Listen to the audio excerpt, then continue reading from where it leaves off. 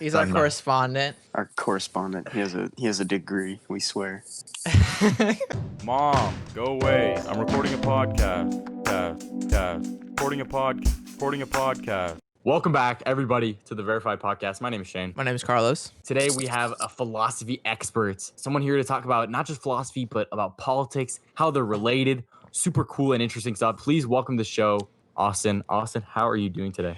I'm doing stellar. How are you? I'm doing well. Doing pretty good too. So let's just dive into it. I mean, I've been really proud of Gen Z recently. I mean, we've done some pretty great stuff.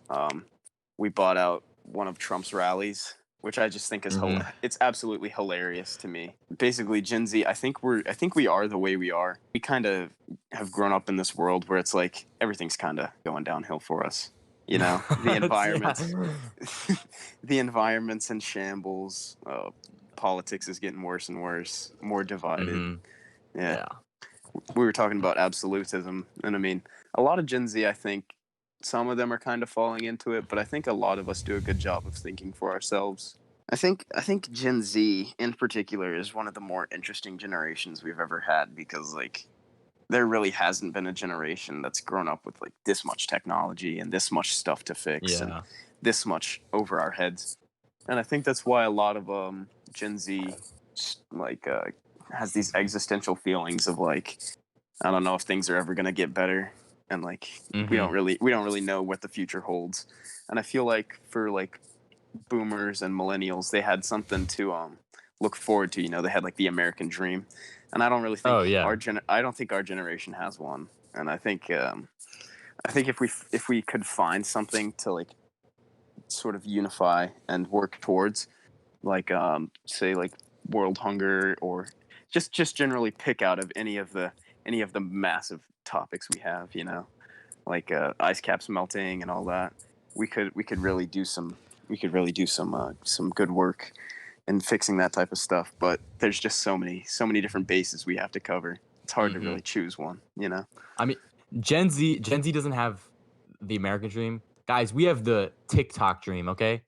Nowadays, it's like, you want to become famous, just make a viral TikTok video. That's the dream. Or become a gamer and win $3 million. Exactly. It's like, we just have all these online opportunities now. Pretty much, yeah. And especially, you said gamer, so like diving into like esports, that's a whole new wave that's sort of becoming because games used to be just a thing you'd play in your living room and all that, and now they're taking this big global stage, and it's really interesting to see where it's going, because more and more people are hopping on and investing, and I really do think the esports industry could become very big pretty soon. And that'd be very interesting to see, because a lot of these people who are stereotypically like, oh, video games, they're just wasting your time. It really couldn't be a waste of time for some people. It could be what makes them rich, you know? Like, They used to, okay, boomer, you know, you don't like video games, boomer. It's definitely flipped on its head. I mean, I remember when I was younger, it's like I had like, I don't know, the Xbox 360, and it'd be like, okay, if you go play a game on there, you're just like wasting time. You're just doing to have fun. But now it's like, it's completely done a 180. Black Ops it's like 2 I play video games because it feeds me. Like, what? Like, nobody would have ever thought that'd be a thing. Yeah, it keeps my lights on in my house, so I have to. Exactly. Yeah, it's like, what? And the other thing that I saw is like, I saw a video recently where some dude was like, 50 years ago we had Pong, and then he just like showed it, you know, Pong. It's like the most simplistic kind of thing ever. And then he showed like, and now 50 years later we have this, and showed, I don't know what it was, probably like Warzone or some big game now. And it's like, who knows? I mean, we'll be alive hopefully in 50 years to come. And I mean, it may not even take 50 years to like create some insane new type of video game or virtual reality that could just be so close to what's like actually real. So I think it's absolutely crazy. I'm kind of getting like fed up with people at this point just not wearing masks. Like, it's you not and me the same, brother. You and me the same. It's not that hard. I wear one at work for like a 12-hour shift. You can wear it to like go to the store. It'll be okay. Like, they don't affect your breathing. People are always like, "Oh, I can't breathe in this thing." You can. Of course, if you're doing sprinting workouts or playing Yeah, soccer, don't wear a mask. Like, exactly. doesn't Like make much sense to. if you're actually running or doing something, then yeah, you don't really have to wear a mask. But like if you're going, I think the masks are becoming a political issue, which I really don't agree with. It's a public health thing. Like it's beneficial to society at this point to wear a mask, and a lot of people they've been quoting. There's some lady who I was talking to about this, and she's one of these anti-mask people, and she was like, in the Bible it says something about like the Antichrist like leading all these people, and there's something, it's some vague Bible verse about like how they'd have something on their face to like show their support for the Antichrist, and I was like, okay, that's like all I could say. I was like, okay, like it's That's not fine. really. I mean, you can Hey, think people that, can but, believe like, what they believe, okay? Like, I have no problem with people believing whatever they want. I really don't. exactly.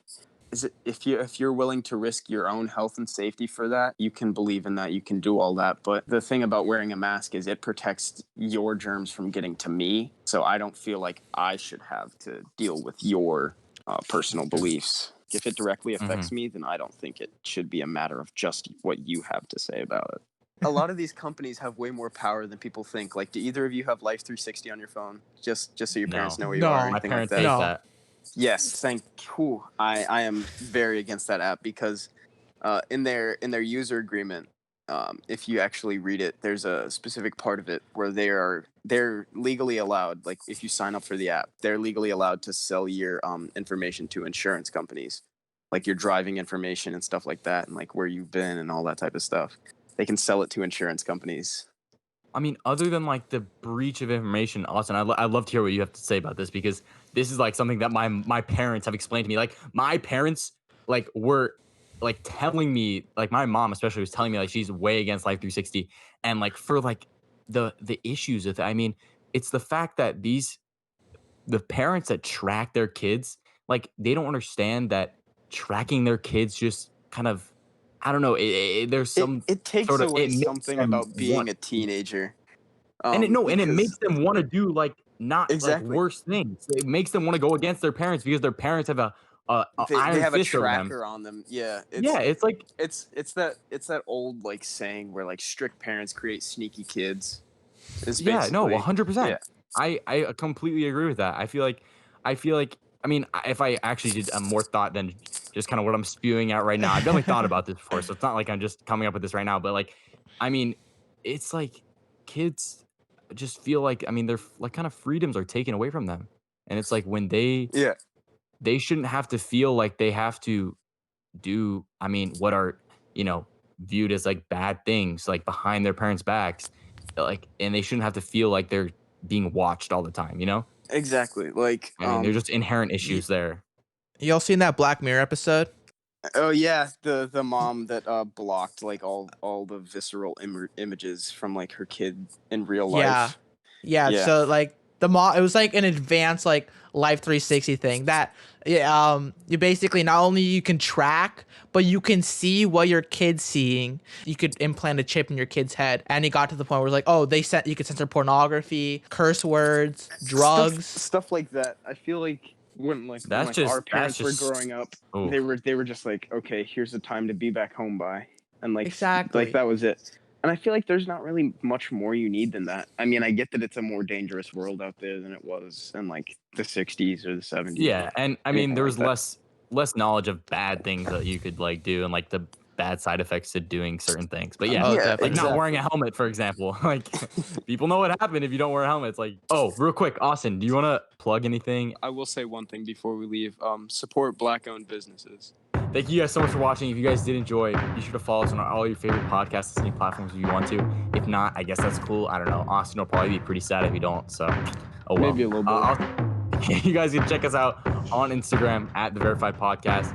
You can check us out on TikTok at The Verified Podcast. I don't know. It's some interesting stuff going on over there. Hopefully you guys enjoyed, and hopefully we'll see you guys later in the week for a brand new episode. Bye. Mom, go away. I'm recording a podcast. Recording a podcast. That was good. There we go. Yeah, All right. definitely. Cut it.